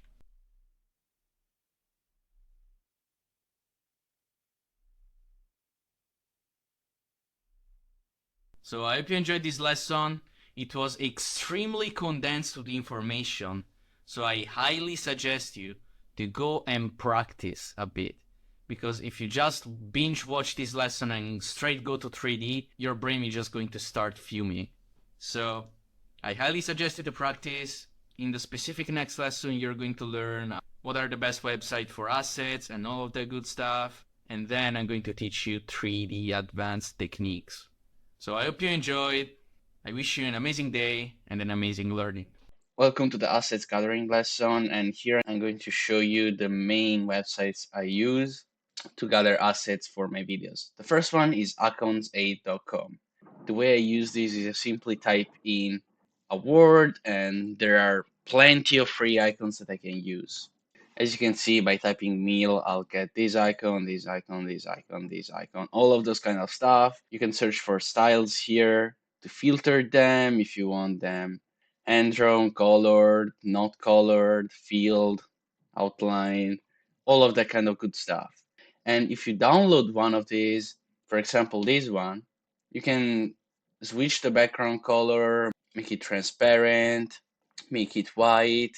And a good thing to know is that when you download it, you're going to download it in either 50 by 50 or 100 by 100, which is pretty small. So once you download it in a 100 by 100, you should go right here on this website, which is I Love Image. You go on Upscale Image, and you're going to enter your thing. And as you can see, it's going to upscale. You can see it before and after, and you can even upscale it by 4x, and you're going to get a way more defined icon. So this is before, this is after. You can simply click on download and you're going to have it. And this is one of the websites that I use. And then there is the main one that I use for motion graphics, which is jitter.video. When it comes to Jitter, you simply log in completely free, and then you're going to go on templates right here. And there are so many templates that you can use. The ones I use the most are the animated search bar, the progress bar, and the notifications, because they're really easy to implement and they're usually used in almost any video. There is also a paid plan if you want to export in 4K 120 FPS, but I don't have this. I just simply export in 720 pixels and it's completely fine. For example, if I wanted to use this progress bar, I would simply click on it, duplicate, and then I would just simply play it. If I want to customize it, I could simply go right here, progress, design, and change it to, I don't know, blue. And I could maybe change the background to black or something like this. And then you go back, you click on animate, and you go back to the start, and this is how it looks like. It's pretty cool. You can export in the speed you want. I usually export in 1x. And that's a really cool way to create motion graphics for free. You can also use social handles and your company logos, and you have plenty of more motion graphics that you can use, which is extremely cool. Sliding, animations, and all of this cool stuff. And then there is the most useful website of all of them, Canva. Here I get most of my PNG assets and I animate them myself in the editing software. The way I use them is I simply create a presentation, then I name it assets, and I simply go on elements, and here I have tons of assets that I can use in the graphics. So I'll go ahead and search, for example, for working. There are plenty of graphics. I could use this one, for example. I could use it black. And then, for example, I could go ahead, click on download, transparent background, and then I can re-import it once again in Canva, make it as big as it was before, and then click on edit, shadow, glow, and as you can see, I'll change this to white. I'll make the background black so that you can see this better. As you can see, I now have a beautiful glowing icon. I have a collection of around 20 of these in my free assets pack that you can find by watching the last lesson. And this is just one of the multiple examples we can use this. And I'll actually show you in detail how to use Canva now, because now we're going to create assets for the video that we have just created in the lesson before on masking. So I'll go ahead and start getting some assets. What I'll need is a Polaroid frame. So I'll go ahead and get this. Actually, I'll get this one because I want it to be blank in the middle. And I'll make this a bit smaller. And what I'll do now is go ahead and go on elements, all, and search for a square or a rectangle. Then make this as big as the Polaroid. I'll make it black so that I can I'll make it green so that I can clearly see where it is over. So right here, I'll do the same here, and I'll do the same here. There we go, and I'll do the same on top, just making sure to be as precise as possible. Now, what I will do is go ahead and use some border. Around 5 should be enough, and I'll make it blue because that's what was used in the video. And then I'll go ahead and eat this thing right here in the middle, which is a no color basically. I'll also make the background green. So now, as you can see, we have our Polaroid frame with the square inside, which is aqua. So I'll open a new page now and I'll look for a rope here that I can use for the other effect that we need. I'm not getting any realistic ropes, so go ahead and type realistic. Okay, if I go on photos, I'll find some actual ropes. I don't mind them, they're not too bad. I'll go ahead and use this one, I think. So let's go ahead and put it here. I now have my rope. So let's go ahead and create the thing that Sunny V2 has created. Something like this. And then it got moved like so. And then we move it once again. And then yes, just copy it, paste it, and I'm just going to do like so. I'll drag everything like so, make everything smaller, like this, rotate this a bit. All right, now I'll make sure to merge this a bit better, like this, and then I'll merge this better as well. Okay, I'll do the same here. I want this to be above, so I'll go on layer, bring forward. All right, that's not bad at all. I'll now look for a pole, like Sunny had. I'll go for realistic. Okay, if I look for drying rack pole, I'll find this, which is kind of what I'm looking for. This kind of pole. And it actually looks like a stick. So I can probably go ahead and search for wooden stick. And I'm actually kind of finding what I want.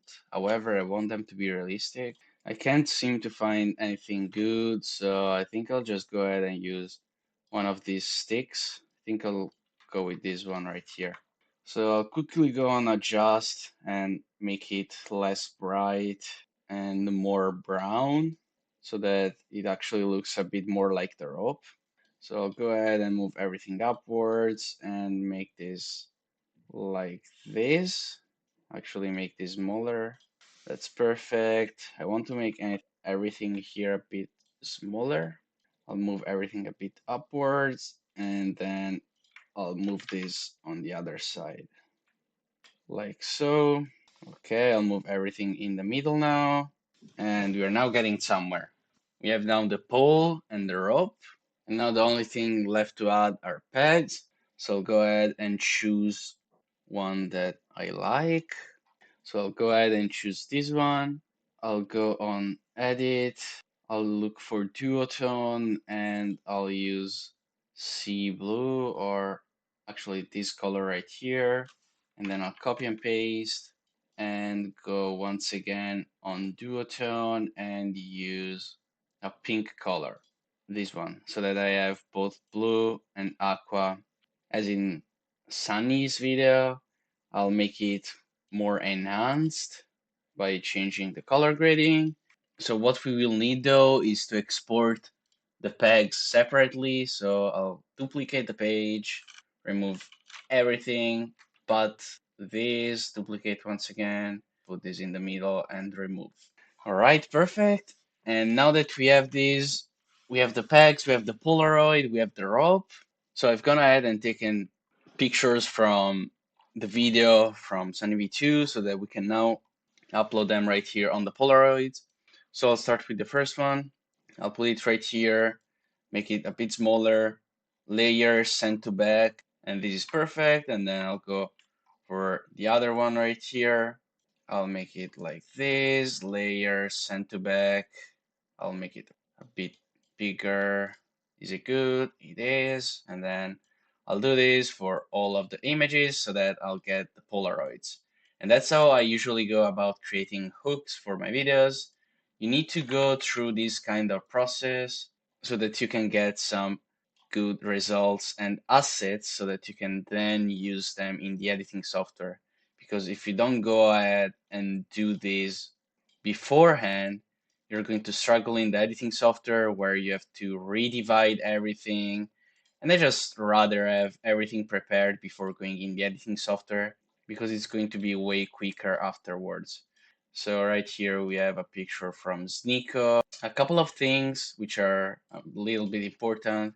If you wanted to have high resolution peak, you could either search for better ones on Google and not just take them from Sunny V2's video, or you could also use the upscaler I showed you earlier or any other AI upscaler. It's going to make your images better, and that's going to result in higher quality pictures and, of course, better overall animation in the end. So I'll go ahead and create this last one, and I'll put it like this, and then I'll go layer, send to back, and then trim this.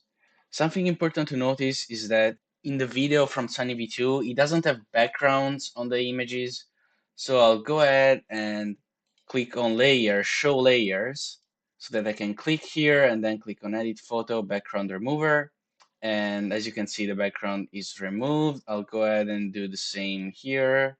So I'll click on show layers, this, and then background remove. I should have done this earlier, but I just realized that that's how it was. So I'll just remove the backgrounds of everything. And now that I've removed the background, I'll go ahead and add a background to the image. I'll go for this one. I'll remove the saturation like so that it's monocolor. I'll make it brighter. And then I'll go here and search for noise, graphics, and I'll get some noise to add to the picture. Perfect. Then I'll go ahead and group, make this smaller, put it right here, and then go on layer and send to back. And this is going to create the background. I'll paste it here, layer, send to back, and I'll do the same here and on all of these pictures. And now, as you can see, we have our pictures like that, and we have all the assets to create our animation. So I just wanted to show you how I actually create assets for my videos instead of just giving you general websites to create assets. And you have just seen in the lesson beforehand how I use them. So that's perfect. I'll see you in the next lesson where we're going to talk about 3D animations. That's going to be by far the most advanced lesson of this whole course, even more than masking. So I wish you a good learning. Welcome to the final lesson of this course. We are now going to talk about 3D animations, and this is going to be by far the coolest animation we are going to recreate. So what we're going to do right here is recreate an animation similar to this one. Now, if we want to deconstruct this animation right here from Imangazi, as you can see, the key factors are 1, the text popping up, 2, the squares, which are in a 3D format. It's not that they are 2D right in front of you. And then there is a little fade here on the number. As you can see, part of the number is black. There is written category. And then there are, the text appearing and the grid background. We will start recreating these first by creating the squares. So we'll go ahead and import a square that I've created in Canva. I've just simply used a square and a gradient border, nothing crazy, rounded the corners. So what I will go ahead and do is I will zoom in like so. I will also disable the video in the background. Perfect. And then I will go ahead and import a text. There we go. And I will call it 1. By the way, I've already gone ahead and clicked 60 FPS and 3 layers, just saying. So now I have my 1. I will go ahead and use Arial Black because I think that's what's being used in the video from Imangazi, as you can see. I'm pretty sure that's the same font. Regardless, that's what we're going to use. So I'm going to make it bigger, put it in the middle, and bigger, a bit lower, bigger, bigger, bigger, bigger. Okay, we'll put it a bit more here. Let's look if it's the center. I think it is. So now what I will go ahead and do is animate this 1 so that it appears from below. To do that, I will go ahead and use a slide up animation. There we go. Perfect. However, there is this small thing that I don't like, where, as you can see, the 1 here goes through this line, which I don't like. I want the 1 only to be in the square. So to avoid this, I will go ahead and use a compound clip by clicking Alt-G. I will go on horizontal mask and I will leave it on 0 degrees and put it right here and add a bit of shadow.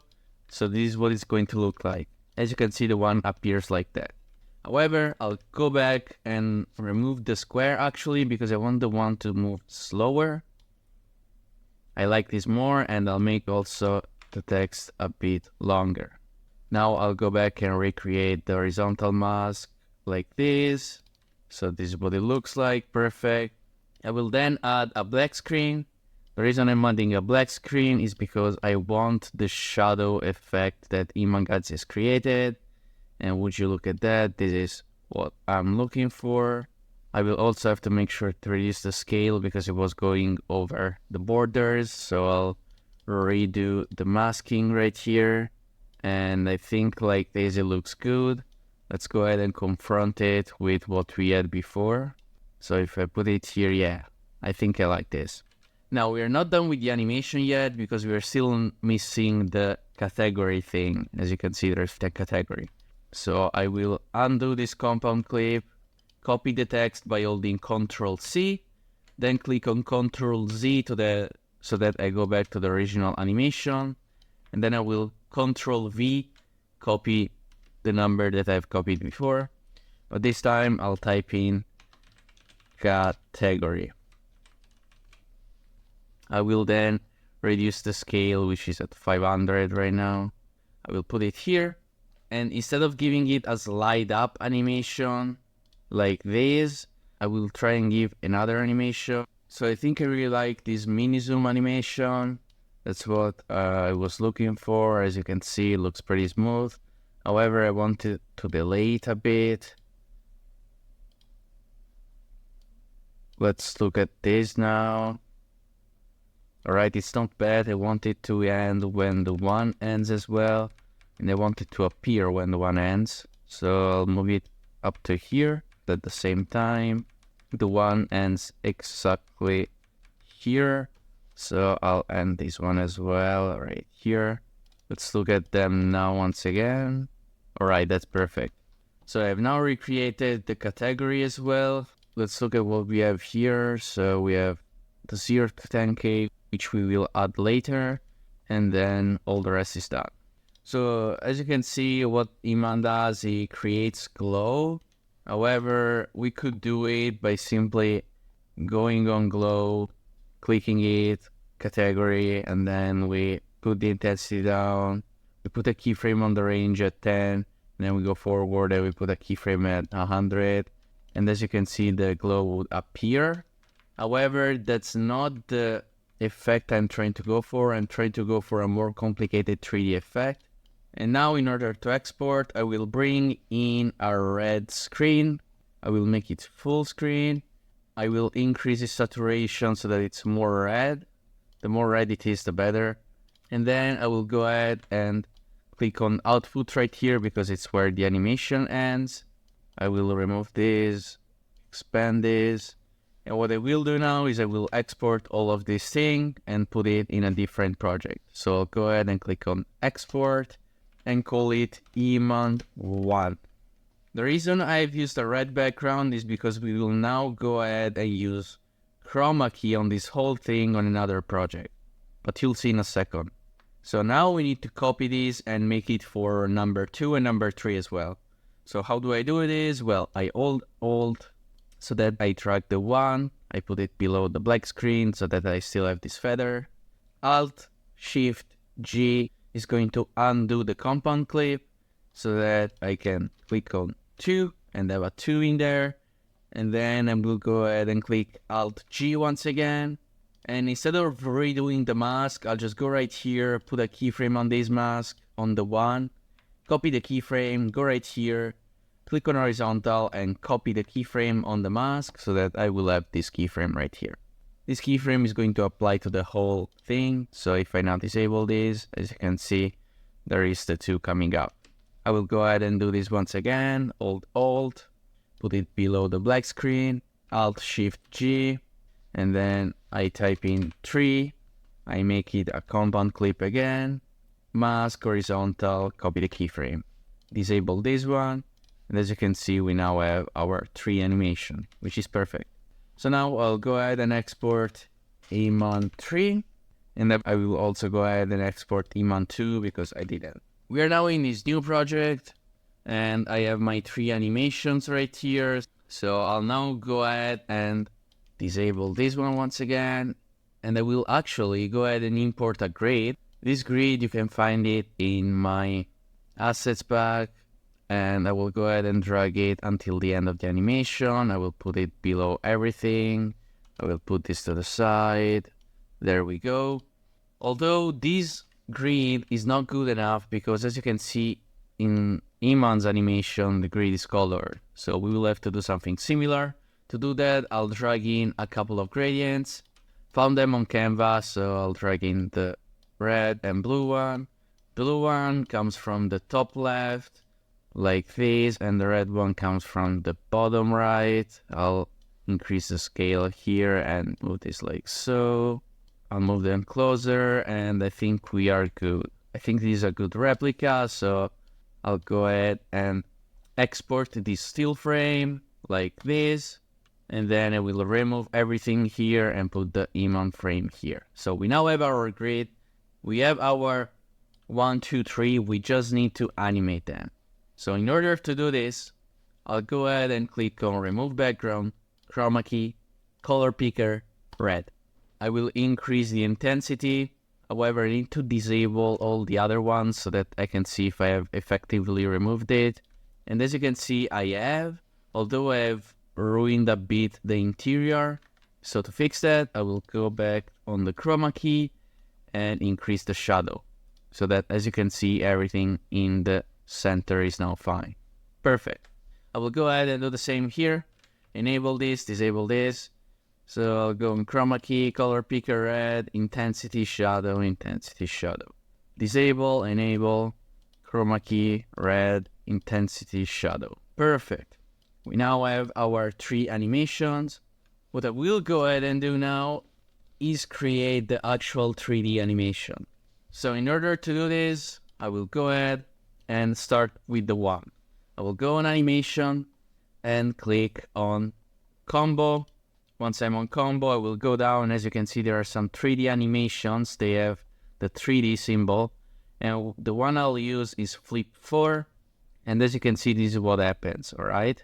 Now, meanwhile, this animation is not too bad. I don't really like what's happening. So what I will do is I will stop it. So I will go forward until around here, and I will stop it like this. So I want it to stop exactly here, so I will create a compound clip, Alt-G, and then since I want it to stop exactly here, I will go ahead and freeze it. And now we will remove the rest. So now what we have is this. As you can see, this appears, it flips, and then it stops. Now, you might wonder, why are you creating a compound clip with this? Well, I'll explain to you with the 2. So I will remove this real quick. If I go on 2 and I add an animation, flip 4, and then I go exactly here, and I freeze it, as I've done below, without making a compound clip, this is what happens. As you can see, the animation is going to be faster here, it's going to shrink faster, and the freeze is not going to work properly. It's going to just freeze the first frame, the original frame we had. So in order to do this properly, you need to create a compound clip, and then freeze, and remove the rest.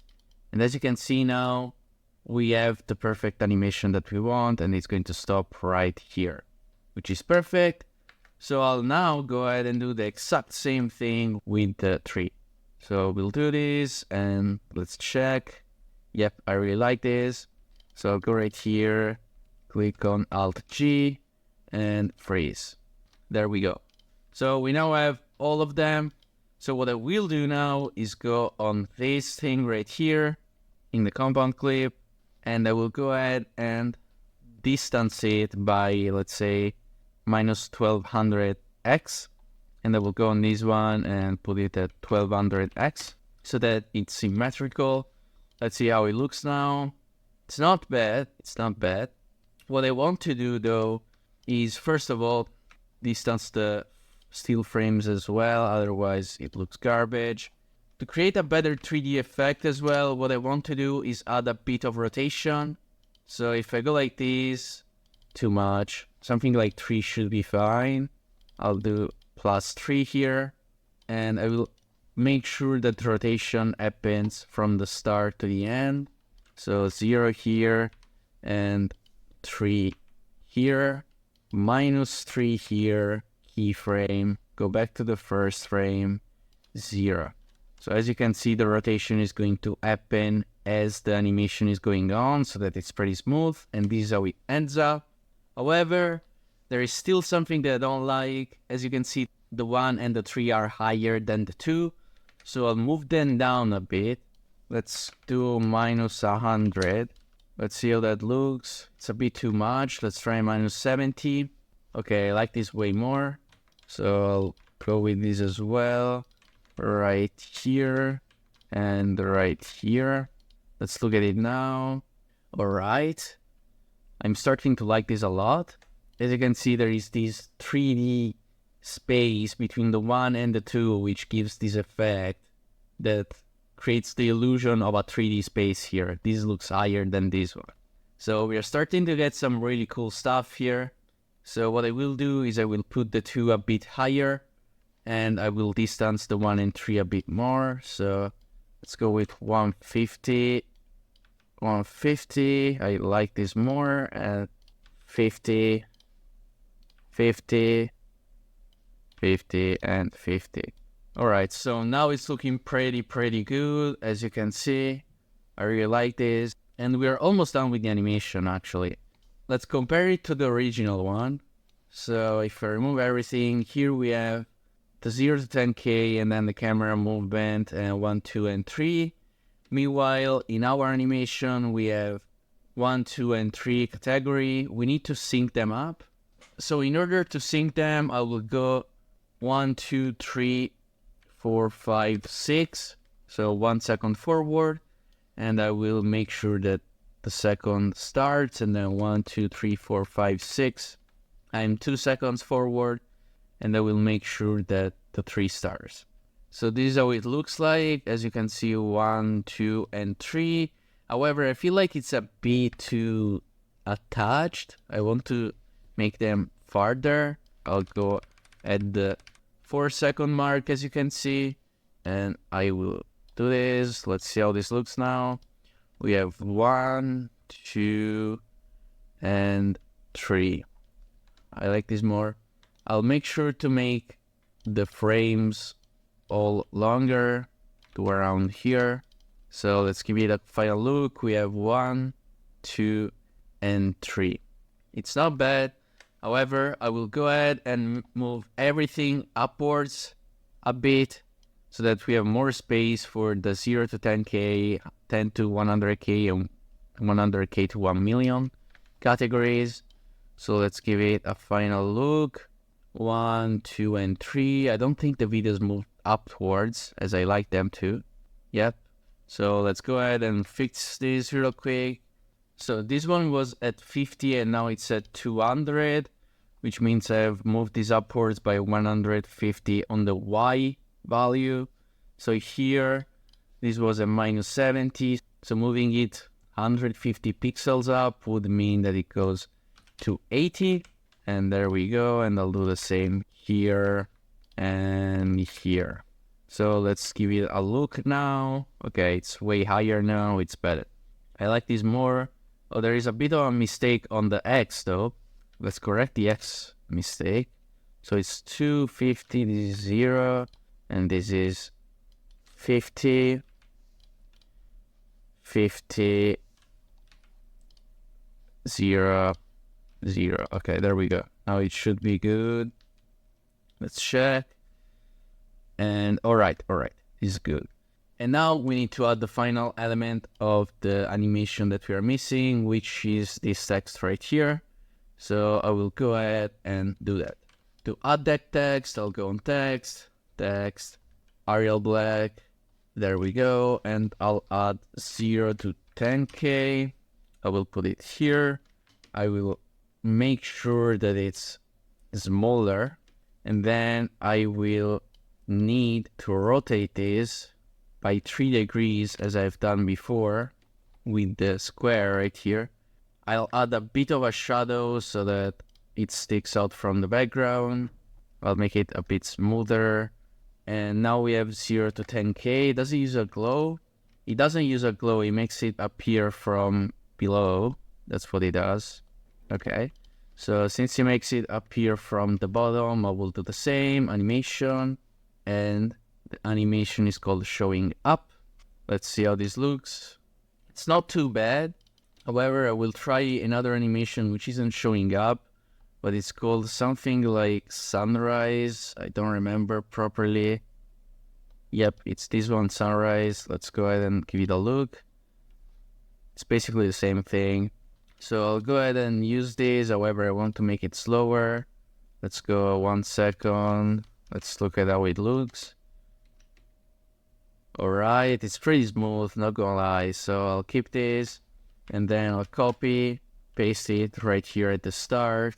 Put 10 to 100K and put it right here in the middle. Remove the rotation like this and then go right here and put 100 to 1 million. And I will put it right here and put the rotation to 3 degrees. So let's check if everything is well centered. We have the 0 to 10K, we have the 10 to 100K, and we have to... Okay, as you can see, I didn't type anything wrong. However, sometimes CapCut glitches and it types something that you typed before with something that you have typed afterwards. Just remove everything and retype it. I will go ahead and type this. I will change this to a K. All right. Let's look at it one more time. 0 to 10K, 1K. All right. It's not too bad. However, I feel like everything is too fast. So I'll go ahead and put the animation to 2 seconds. I will do the same here. And then we'll see how this looks. So let's go for it one more time. We have 0 to 10K, 10K to 100K, and 100K to a million, which is perfect now. I really like this animation. And now I'll trim everything right here. And therefore, I'd say that we have completed our animation. So let's go at it by looking at both the animations side by side. So let's look at what Iman did first. As you can see, we have this with the camera movement and all that stuff. And then it's our turn with our amazing 3D animation with the squares, 1, 2, and 3. There are some details that we can add to our animation to make it look even better. And I want to share them because they're really useful and they give a cool vibe to the whole animation. The first one would be adding a glow, which is what Iman did, but for the numbers. As you can see, the numbers at the start aren't glowing and then they start glowing. And I would do the same right here with these 0 to 10K and all of that stuff. And to do that, I will go at the end of the animation, glow this, reduce the intensity, reduce the range to the minimum, add a keyframe, and then go 1, 2, 3, 4, 5, 6, 1 second forward and add the maximum glow. I will copy the keyframes by holding Ctrl and clicking C. And then I will go at the end of the animation again, paste them, add a glow, click here and paste the keyframes, and I will do the same here. Add a glow, this one, and paste the keyframes. So let's go look at it one more time. We have the category, and then it slowly glows. However, I think it's glowing too much. So let's slow this down to around 50, actually even less. I want to reduce the intensity. Let's reduce the intensity to 25. Let's make the glow, the final keyframe 50. So let's look at it one more time. I will make everything the same, 50, and this one is going to be 25. Let's look at it one more time. So we have this, and this. Perfect. And then there are two things that you could do to make the grid in the background look a bit better, because right now it's a bit static. So there are some things that you could do. I usually do one of these two. One is go on video effects, favorites, and I have this film frame effect, which creates this really cool vibe in the background that animates the grid, and it's overall a good effect that I really like to add. Or you can also find a lot of effects in TV or the retro, which basically provide a similar effect to that film frame. Or another cool effect that you could add is this scanning effect, which is called Blu-ray. So as you can see, it's going to do something like this. However, it's a bit too much in my opinion. I don't really like that. And also once it does it once, so around here, once it ends, I would probably cut it and then go on effects and remove it from the second part so that it only happens once. It's not a bad effect, however, I'm not really a big fan of this. Or what you could also do is go ahead and add a custom overlay.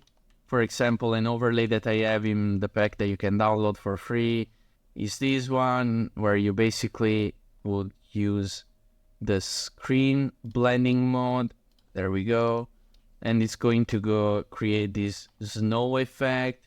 It's going to go over the squares unless you want it to be below. So you drag it like this and it goes below the squares. Just need to move the squares higher. And as you can see, if you move the squares higher, it's not going to affect the squares, but only the background. I highly suggest you to animate the background with some sort of overlay or film frame effect or whatever.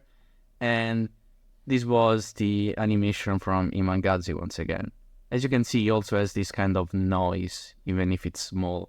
So I hope you enjoyed this lesson, and before going ahead and practicing this animation, I highly suggest you to check out the assets pack and the assets for this animation. You can use everything that I've used in my animation to recreate what I've done. I know this animation was complicated, but I think it's extremely useful to know how to do 3D stuff with flip animations, and it's going to give you an incredible advantage over your competition. So I wish you a good learning.